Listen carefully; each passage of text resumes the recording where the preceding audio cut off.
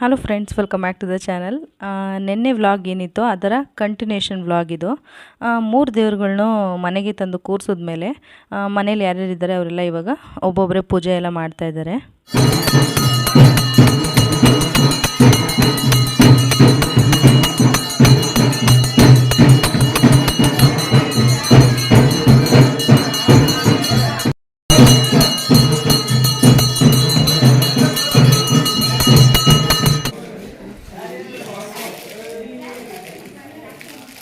ಇಲ್ಲಿ ಪೂಜೆ ಮಾಡಿ ಅಲ್ಲಿ ಆಚೆ ಕಡೆ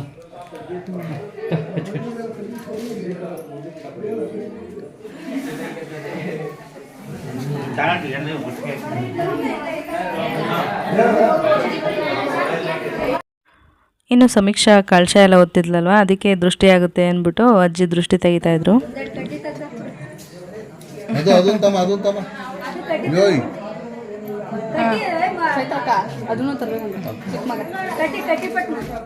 ಇನ್ನು ಪೂಜೆ ಎಲ್ಲ ಆದಮೇಲೆ ಇವಾಗ ಟೈಮ್ ಬಂದು 12 ಗಂಟೆ ಆಗಿತ್ತು. ಊಟ ಮಾಡೋಣ ಅಂತ ಬಂದಿದ್ದೀವಿ.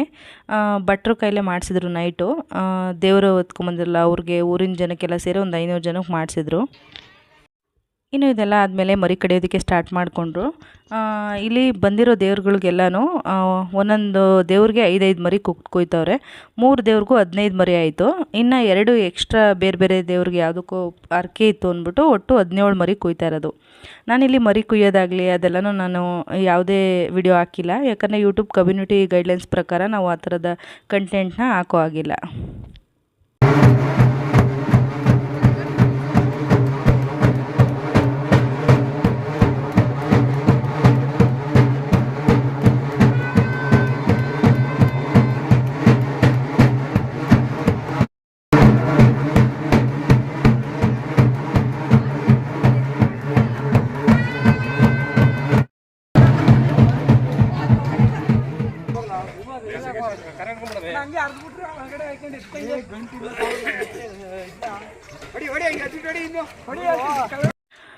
ನೆಕ್ಸ್ಟ್ ಇವತ್ತು ಅದೇ ಬೀಗ್ರ ಊಟ ಮತ್ತು ಅರಸೇವೆ ಅಲ್ವಾ.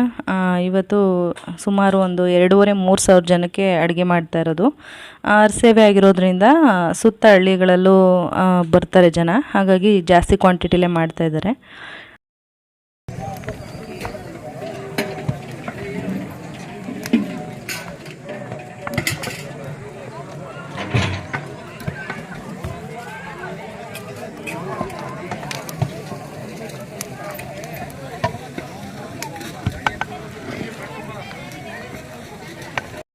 ಇನ್ನು ಸಾರು ಕಾಳುಗೊಜ್ಜು ಇದೆಲ್ಲ ರೆಡಿ ಆಯಿತಾ. ಮುದ್ದೆ ಕೂಡ ಒಂದು ಟ್ರಿಪ್ಪು ರೆಡಿ ಆಯಿತು. ಅದನ್ನ ಇವಾಗ ಫಸ್ಟ್ನೇ ಟ್ರಿಪ್ಪು ಮುದ್ದೆ ಕಟ್ಟಕ್ಕೆ ಅಂದ್ಬಿಟ್ಟು ಬಂದಿದ್ದೀವಿ.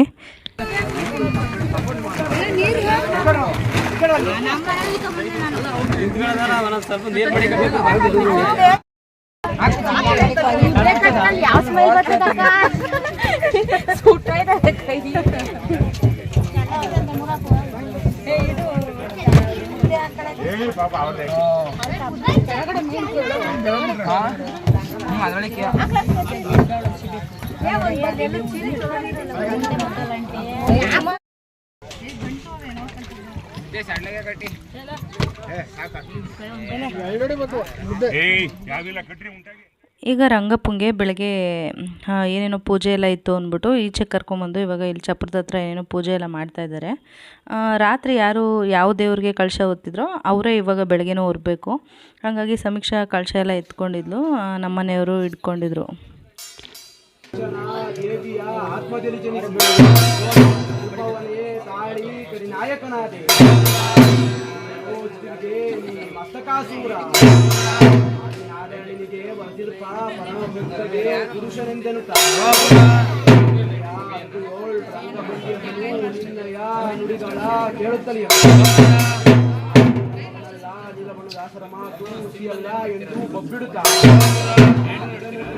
ಗಗನಕ್ಕೆ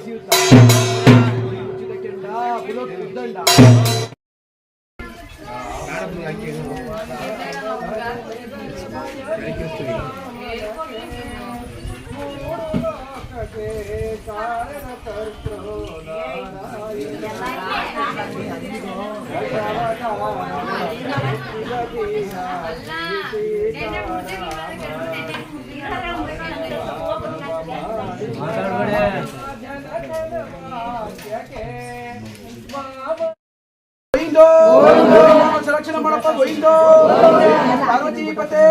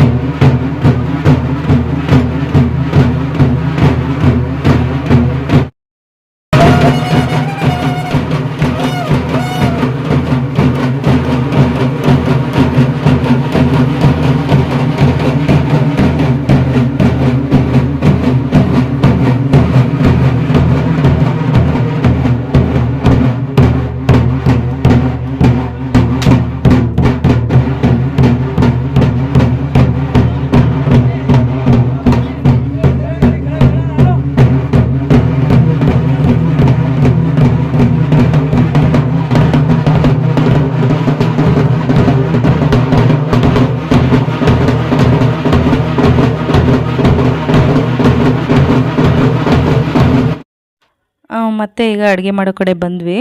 ಎರಡನೇ ಟ್ರಿಪ್ಪು ಮುದ್ದೆ ಮಾಡೋದಕ್ಕೆ ಇಟ್ಟಿದ್ರು. 3000 ಮುದ್ದೆ ಅಲ್ವಾ, ಒಂದೇ ಸರಿ ಮಾಡೋದಕ್ಕಾಗಲ್ಲ ಅಂದ್ಬಿಟ್ಟು 1500 ಮುದ್ದೆನ 2 ಟ್ರಿಪ್ಪು ಮಾಡಿದ್ದು. ಹಾಗಾಗಿ ಮತ್ತೆ ಇವಾಗ ಮುದ್ದೆ ಕಟ್ಟೋದಕ್ಕೆ ಇನ್ನೊಂದು ಬ್ಯಾಚ್ ಬಂದಿದ್ದೀವಿ. ಎಲ್ಲರೂ ತಮಾಷೆ ಮಾಡಿಕೊಂಡು ಅದು ಇದು ರೇಗಿಸ್ಕೊಂಡು ಬೇಗ ಕಟ್ತಾಯಿದ್ದೀವಿ. ಬಿಸಿಲಂತೂ ಸಿಕ್ಕಾಪಟ್ಟೆ ಬಿಸಿಲಿತ್ತು. ಆ ಕಾವ್ಗೂ ಅದಕ್ಕೂ ನಾನು ಸ್ಯಾರಿ ಹಾಕೊಳ್ಳೋಣ ಅಂದ್ಕೊಂಡವಳು ಹಾಕೊಳ್ಳೇ ಇಲ್ಲ. ಡ್ರೆಸ್ಸಲ್ಲೇ ಕಂಫರ್ಟಬಲ್ ಆಗಿದೆ ಅಂತ ಅಂದ್ಕೊಂಡು ಹಂಗೆ ಸುಮ್ಮನೆ ಆಗ್ಬಿಟ್ಟೆ.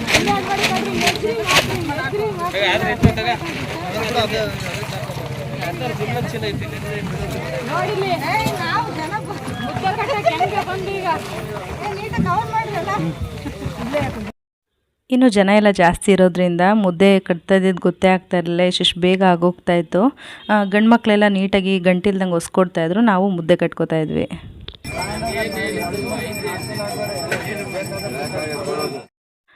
ಇನ್ನು ಅಡುಗೆ ಎಲ್ಲ ರೆಡಿ ಇತ್ತು. ಟೈಮ್ ಆಲ್ರೆಡಿ 12:30 1 ಗಂಟೆ ಆಗ್ತಾ ಬಂತು. ಬಂದವ್ರಿಗೆಲ್ಲ ಊಟಕ್ಕೆ ಕೊಡಬೇಕಲ್ಲ, ಹಂಗಾಗಿ ಊಟಕ್ಕೆ ಕೊಡೋಕೆ ಮುಂಚೆ ಫಸ್ಟು ದೇವ್ರಿಗೆ ಎಡೆ ಇಡಬೇಕು. 3 ದೇವ್ರಿಗೂ ಎಡೆ ಇಟ್ಟಾದ್ಮೇಲೆ ಬಂದಿರೋ ಜನಗಳಿಗೆ ಊಟಕ್ಕೆ ಕೊಡೋದು. ಹಾಗಾಗಿ ಇವಾಗ ಎಲ್ಲ ಎಡೆ ಇಡ್ತಾ ಇದ್ದಾರೆ.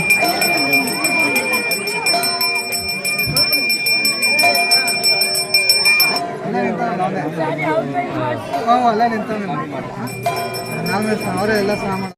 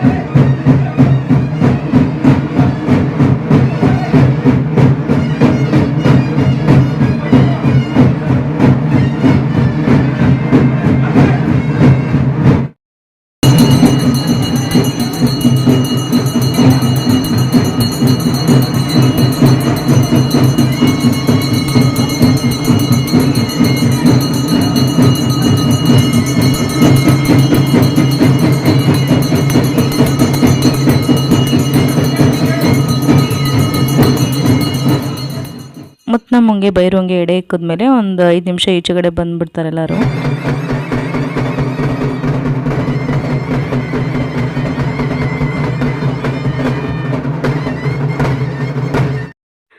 ಇನ್ನು ಎಲ್ಲ ಬಂದು ನೆಂಟರುಗಳಿಗೆ ಊಟ ಎಲ್ಲ ಕೊಟ್ಟ ಮೇಲೆ ಒಂದು 3-4 ಟ್ರಿಪ್ ಆಗಿತ್ತು. ಆ 3-4 ಪ್ಯಾಚ್ ಆದಮೇಲೆ ಈಗ ದೇವ್ರುಗಳ್ನೆಲ್ಲ ಕಳಿಸ್ಕೊಡ್ತಾ ಇದ್ದಾರೆ. ಬೇರೆ ಊರುಗಳಿಗೆಲ್ಲ ಹೋಗ್ಬೇಕಿತ್ತು ಅಂದ್ಬಿಟ್ಟು ಕಳಿಸ್ಕೊಡ್ತಾ ಇದ್ದಾರೆ.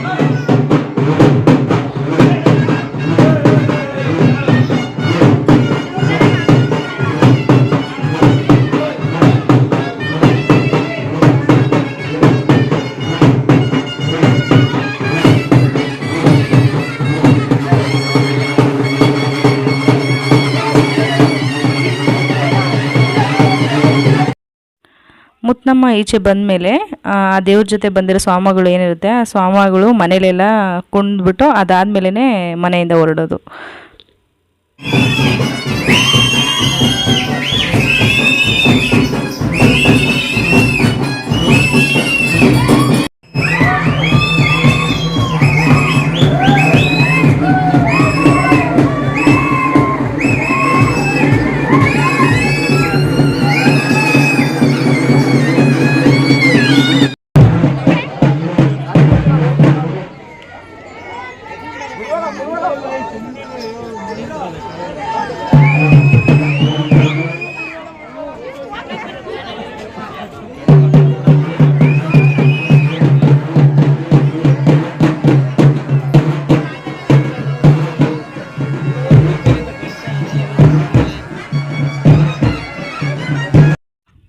ಬೀಗ್ರೂಟ ಅಂತೀರಾ, ಎಲ್ಲೂ ಕೂಡ ಮದುವೆ ಹುಡುಗಿನ ತೋರಿಸಿಲ್ಲ ಅಂತೇಳಿ ನೀವು ಕಮೆಂಟ್ ಹಾಕ್ಬೋದು. ಬಟ್ ನೀವು ಕಮೆಂಟ್ ಹಾಕೋಕ್ಕೆ ಮುಂಚೆನೇ ನಾನೇ ನಿಮ್ಗೆ ಹೇಳ್ಬಿಡ್ತೀನಿ.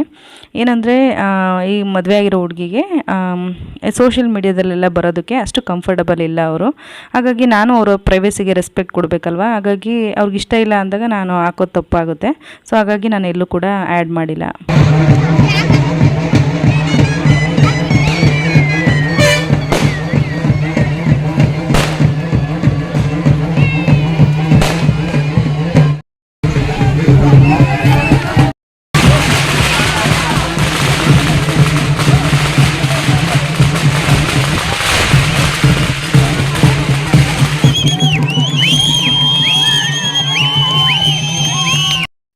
ಇನ್ನು ಬಂದಿರೋ 3 ದೇವ್ರುಗಳ್ನು ಕೂಡ ಕಳಿಸ್ಕೊಟ್ಟಿದ್ದಾಯಿತು.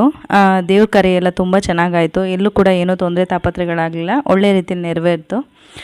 ಓಕೆ ಫ್ರೆಂಡ್ಸ್, ಇದಾಗಿತ್ತು ಇವತ್ತಿನ ವಿಡಿಯೋ. ಯಾರಿಗೆಲ್ಲ ವಿಡಿಯೋ ಇಷ್ಟ ಆಗಿದ್ದರೆ ಪ್ಲೀಸ್ ವಿಡಿಯೋಗೊಂದು ಲೈಕ್ ಕೊಡಿ, ನಮ್ಮ ಚಾನಲ್ನ ಸಬ್ಸ್ಕ್ರೈಬ್ ಮಾಡ್ಕೊಳ್ಳಿ. ಇದರಿಂದ ಯಾವುದೇ ಹೊಸ ವಿಡಿಯೋ ಅಪ್ಲೋಡ್ ಮಾಡಿದ ತಕ್ಷಣ ನಿಮಗೆ ನೋಟಿಫಿಕೇಷನ್ ಬರುತ್ತೆ, ಮೊದಲು ನೀವೇ ನೋಡ್ಬೋದು. ಸಿಗೋಣ ಮತ್ತೊಂದು ವಿಡಿಯೋದಲ್ಲಿ. ಅಲ್ಲಿವರೆಗೂ until then take care, bye ಬಾಯ್.